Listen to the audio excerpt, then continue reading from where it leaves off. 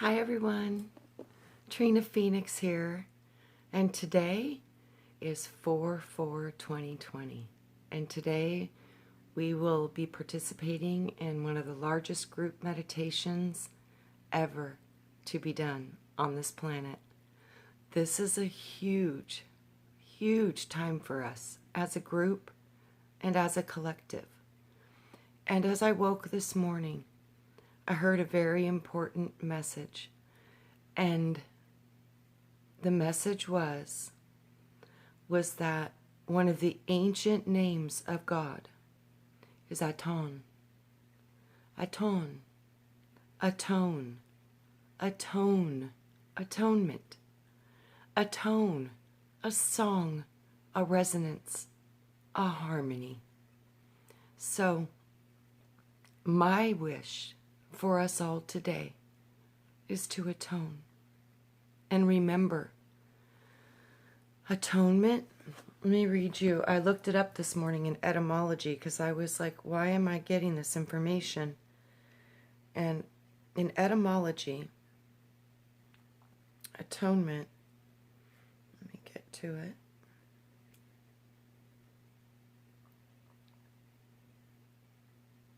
It says, atonement, 1510s, a condition of being at one with others, a sense now almost obsolete. So this is it. This is the whole purpose. It's connecting our hearts, connecting as one group, one mind, one desire to heal and bring harmony, atonement to the earth. And this comes through sound. It's vibration, resonance, sound. Just like Tesla says, if you want to understand the universe, you'll understand vibration, sound, and frequency. So, again, let's go over atonement. A condition of being at one with others. A sense now obsolete. From atonement. Theological meaning. Reconciliation of man with God through life, passion, and death of Christ. It is from the 1520s, that of satisfaction or reparation of wrong or injury. Propitiation of an offended party is from the 1610s. So atonement means forgiveness. It means coming out of selfish and entering into selfless and into unity and oneness with our other brothers and sisters and all the other beautiful beings that are helping us with this transition right now. So it's ironic today. We are on the 4/4 gateway. The portals will be opening and we will be going into a timeline that we create. So these are windows of potential and opportunity for us to shift in a galactic sense. So today is that day. So think about the best reality you could ever imagine on earth. Healing, love, compassion, kindness, food for everyone. And y'all, I keep getting it too. Start growing food. Every time you get celery at the grocery store, plant it in a cup of water. It will grow again. These are certain things that we've got to start doing because we're going to have some food supply issues and we're going to need to take care of each other through this transition time. So do what you can to contribute to the well-being and the health and the stability of our nation through these trying times and these extreme changes that we are going through at this moment. So today on 4/4, we end the book of the return of the divine Sophia by Tricia McCannon. And this is a beautiful book. All of her books are absolutely amazing. And I would definitely want to have them in the library, because I think you could read this over and over again and learn more from it every time that you read it. So, we had just gotten done going through the Great Circle. And in the Great Circle, they came into a harmony, a song, as they before drew their goddesses. When they all came together in the circle and they all connected, a song came forth out of them. All of them had a verse. All of them had a piece of the song from their own personal perspective and journey. And this is us. So let's go through and read again what came forth from them when they joined in the circle. Okay. They found themselves standing in the medicine circle at the base of the garden. Okay. So for a long time, no one spoke.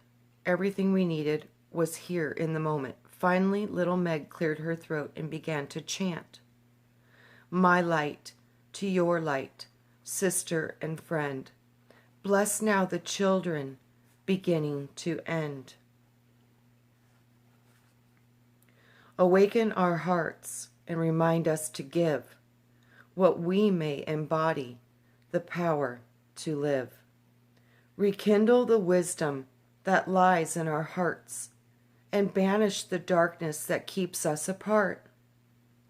Give us the strength and the power to love, that we may join earth with heaven above. In moments bold and currents deep, let us awaken all those who sleep. The time has come and the people yearn for love and healing and peace to return. Awaken the mother, let peace come to earth, for we are the ones to bring the world to rebirth.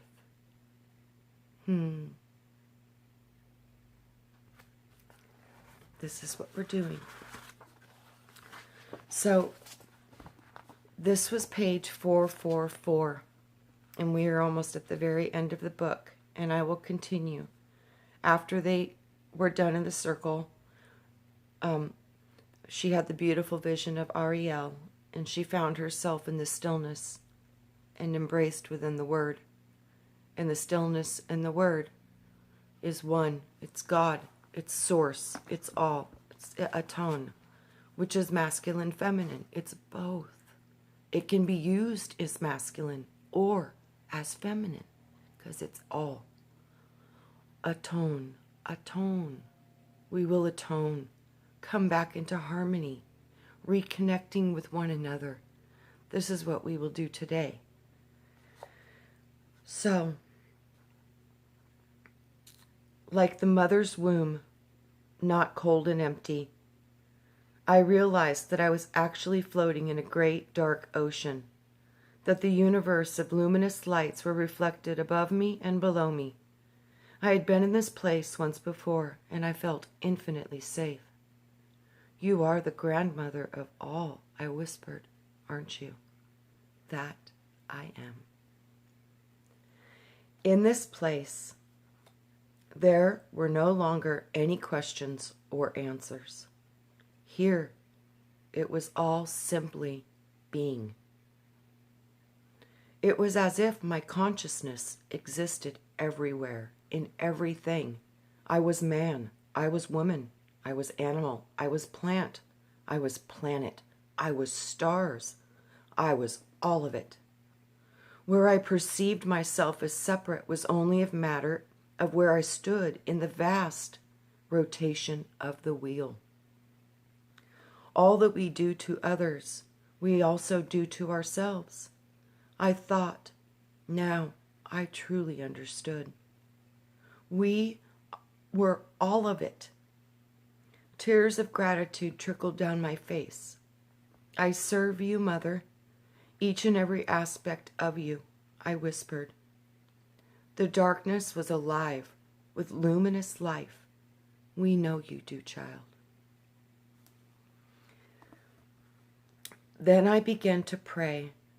I prayed for guidance, for power, for wisdom. I prayed for humor and endurance. I prayed to hold her presence within my own, and in some small way be able to embody her ageless wisdom. Then another image appeared in my inner sight as a blue frost lake, frozen in the winter, wrapped in the dark night of a colorless world. Beside the lake nestled a village of half-frozen people asleep in their homes. Beneath the moon, purple shadows crossed the white blanket of snow. The frost of the cold night air everywhere. Why was she showing me this, I wondered. It's very interesting when she's saying this because I'm getting the vision that I was shown about when the ice melts, the demolition, the devolution, the destruction would happen. And the ice is melting. We're in global warming, they say, but it's not from global warming. It's from cycles. And the ice is melting. And as the ice would melting, this was when I saw the transformation would happen. And it's happening now. And although it's rebuilding, we already went through the melting. So we've already gone through a large part of the demolition, the devolution, the undoing. So she whispered through the stillness of the frozen night, "Awaken, my children, awaken." I realized then that this village, these people, this world, they had all been asleep for centuries. As I watched, she blew her warm breath across the lake. And ever so slowly, the lake began to thaw. What did this mean? Great Mother, who are those people, and why are they half frozen? Why are you showing me this? The answer came back. I stir the fires of consciousness now in humanity. They have been sleeping for centuries, and I bring them forth from their comas. Whoa, look at all the people right now. The corona, they have to induce coma so they can breathe, so they can relax. Oh, this is a profound message. Are you awakening those who sleep? Is this what's coming to my world? I am, and it is. What manner of prophecy is this? I whispered. It's about the resurrection of the Spirit. The resurrection of the Spirit, what did she mean? Meaning no disrespect, I said, but that sounds rather Christian to me. Behold the vision and tell me what you see, she answered. I looked again, and I saw the gray, dusky dawn over a sleeping village. The village was nestled at the foot of some mountains around a circular lake. It almost looked a lot like the Swiss Alps, but it could have been anywhere. Over everything, even the people, there was a layer of frost. The Great Mother had leaned over the picture, breathing her warm, sweet breath over the lake, as if slowly thawing it. And what happened to the people?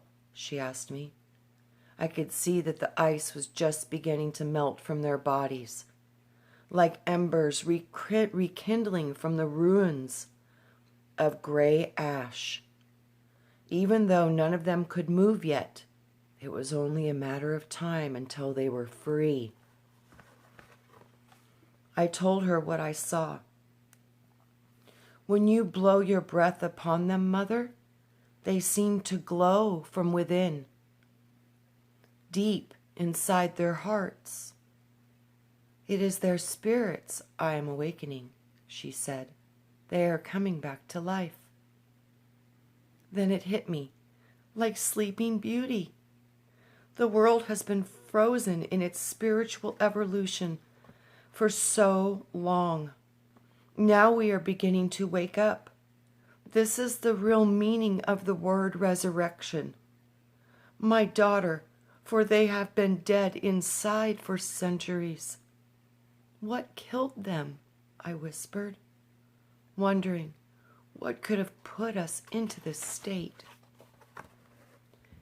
Ignorance, deceit, materialism, their own pain. Is this a metaphor for my world? She smiled. You could say that. For over an hour, I lay beneath the stars, moving back and forth between the ocean of the infinite cosmos and the image of our planetary awakening. I reflected on Odiana, the grandmother spirit beyond time. She was most certainly the goddess the Hindus called Aditi, the first cause, the progenitrix who unfolds creation within her womb, the transcendent source of all things, the supreme empress, she who manifests all dimensions out of a fraction of her majesty. Then I felt the sweet energies of Ariel enter my consciousness, bringing the most sublime kind of love. The hush of her presence filled me, and her words rose unbidden in my mind. All things are born of her. She of 10,000 names and 10,000 faces, the eternal law. She is the earth and the heavens, the small and the large, and the mother of the heart of forgiveness. Nothing lives but for her presence. She contains the three flames of the Sacred Heart. She is the undivided heart from whence we sprang and to whom we shall return. Tears welled up in my eyes, and prayers fell from my lips. Divine ones, in our reckless youth and arrogance, we have forgotten you, just as a child forgets its parents while playing on the streets, distracted by the circus. We have forgotten, yet, like the eternal protectors that you are, you see us, watch us, and allow us to stumble, loving us through our errors. Regal's deep presence then filled my heart, and I spoke gratitude to all three of them together. You are the eternal watchers to all of our days, and if we but realized it, we would know that you have created everything for our benefit. The heavens, the planets, the fields, the forests, the plants, the animals, and even your own bodies. You are here in the garden, and there in the temple. You are out in the streets and safe in the cottage. Beloveds, you are inside of us and outside of us. If we could only let our bindings go. Ariel's voice was like music. Many have argued that there is only one God, my daughter, while others have said that there are many. Do you not see that there is only one behind the many, watching, waiting for you to awaken? Yes, all the gods and goddesses are one. And just as Regal and I have created the universe through our separation and union, the dance of polarity that seeks oneness, is the two of us finding one another again and again in all the worlds of space and time. A circle appeared in my mind and split into two. I saw that vision as well. I knew what this vision was. It was the Creator who longed for companionship, but being the one and only, it did the only thing possible. It split itself into two, so that it could behold itself for the first time. From this beginning were the two great powers born, and they recombined to create the limitless light of the illumined daughter and son. Ariel spoke. The one that is in all things created the angels, the humans, the gods, the goddesses, yea. It even created us, so that it would have companions. Since you are made in its image, how could you not see that the divine exists in all things? For what is your love for one another but an echo of the Great One's love for you? And when you enter the eyes of the beloved, you enter the gates of heaven. Love is always the key to open the door, even into the heart of God itself. When I and my beloved are one, I dwell in the center of all being. A vision of the universe swept through me, living, laughing, loving, being born and dying, all the parts of the endless cycle of forgetting and remembering who we are, losing our way, then finding ourselves again. I saw the entwining of lovers, the birth of babies, the death of the old, and the birth of the new. I saw time in an endless spiral, moving upwards and downwards in succeeding waves of consciousness, the eternal dance of Brahma, Shiva, and Vishnu, the breathing in of the earth and the breathing out of the mountains, the rocks being pushed into the sky, and the lava flowing out, the oceans replacing continents, people perishing and being born again, like atoms in the vast waters of the cosmic sea. We go beneath the waves to explore the bottom. Then we resurface to feel the sun once again. Yet above and below these waves, life is everywhere.